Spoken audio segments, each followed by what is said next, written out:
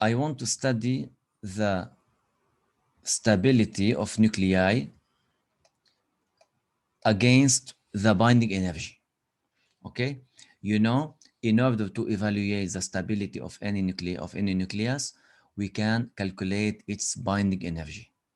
Each time we have a high value of binding energy, it means the the nucleus is more stable. For a small value of binding energy, it means the nucleus is less stable. For a negative value of binding energy, it means we have an unstable nucleus. Okay, so a positive value of binding energy, it means we have a stable nucleus. A negative value of binding energy, it means we have a unstable nucleus, a radioactive nucleus. Okay, so here the criteria is to calculate the binding energy in order to evaluate the level of stability of any nucleus. Just let me explain one very important point. All the nuclei in the nuclear chart here, all the nuclei are stable, listen very well, are stable against splitting into individual neutrons and protons. What I mean, I cannot have a spontaneous total splitting of the nucleus.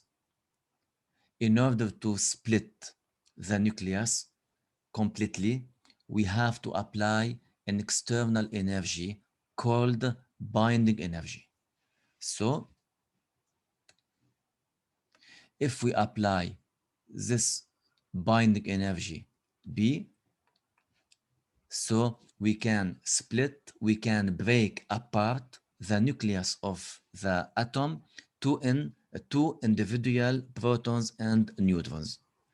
The value of this binding energy, where we split completely the nucleus, equals to Z MP plus N Mn C square minus the nuclear mass Mn C square.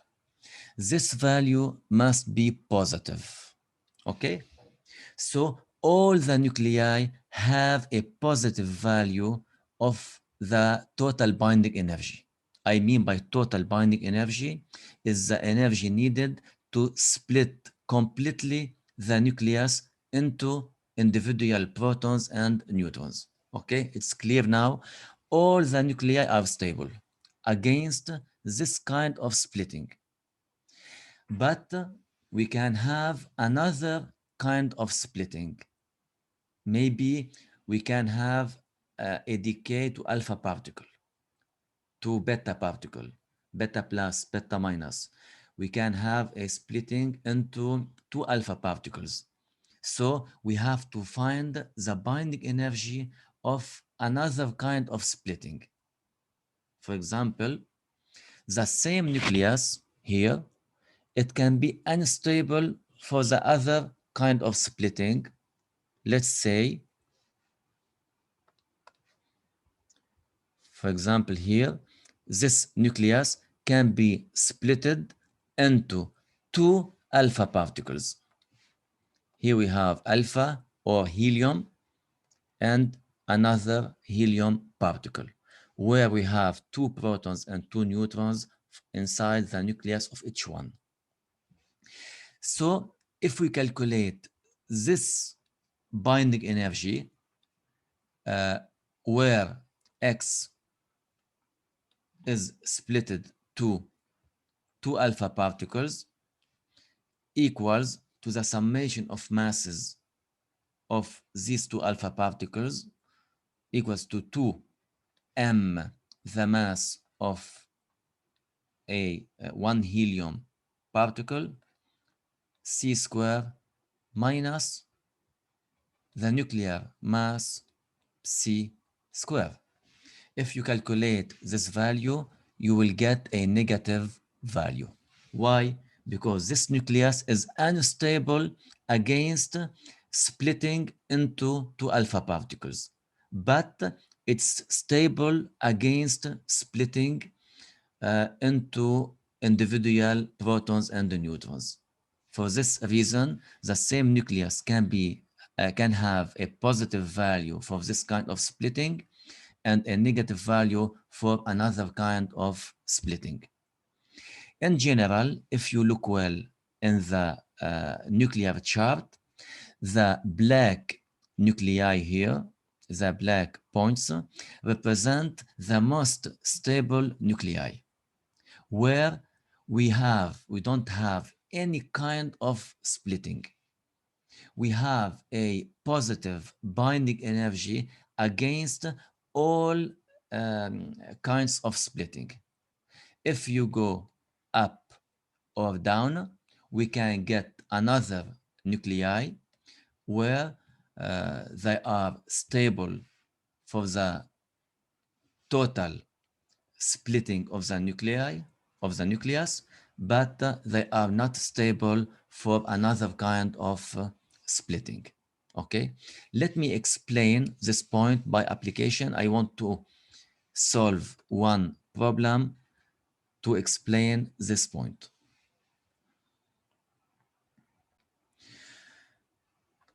Here, okay, you know that the binding energy is the energy needed to break the nucleus into individual neutrons and protons. Okay, is Be84 stable against splitting into individual neutrons and protons? So we have to find the binding energy of this kind of splitting, where I want to split completely the nucleus into individual protons and neutrons. Okay, and the second part, find the binding energy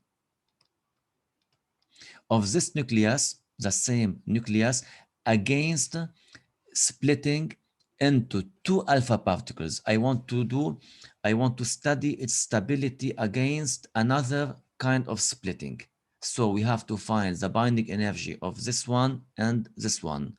If B is positive, so it's stable. If it's not, it's negative, so it's not stable.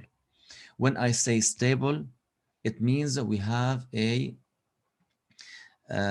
non-radioactive element. When I say unstable, it means we have a radioactive element. When I say radioactive element, so we can have a spontaneous decay of the element with the time. In the next chapter, I will talk about the decay's equation. How can we count the number of unstable elements, okay, with the time. Okay, we can calculate also the half-time decay. Anyway, here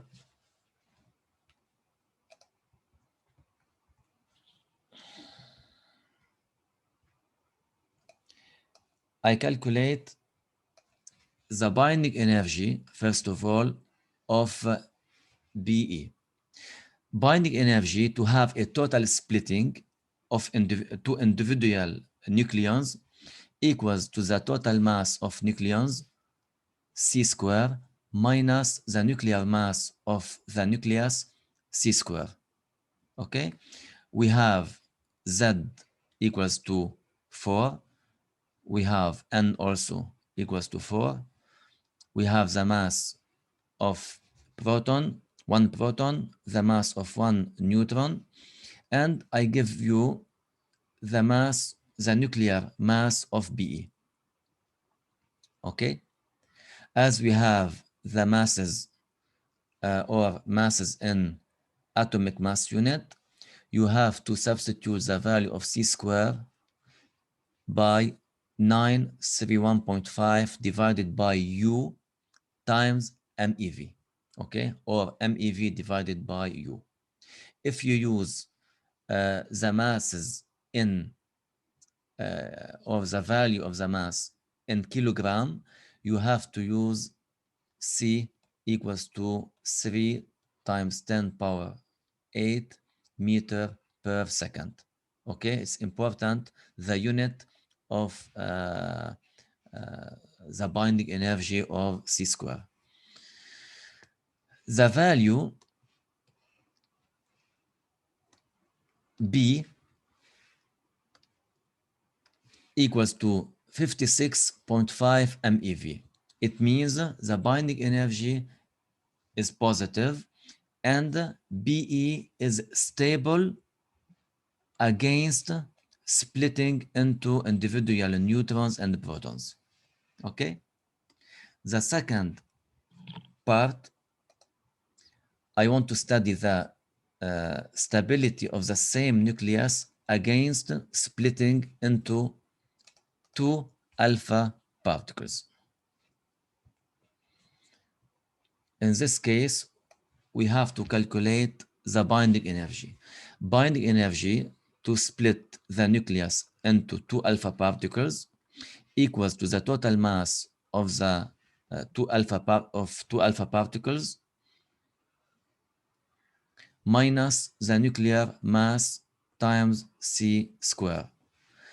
We substitute the value of He, it must be given, times 2 minus the nuclear mass Mn times C square. The value equals to minus 0.093 MeV.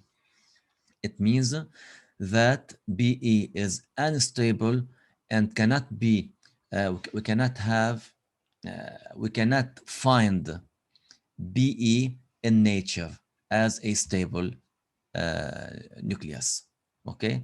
Because with the time, this Be must have a spontaneous splitting into two alpha particles, okay?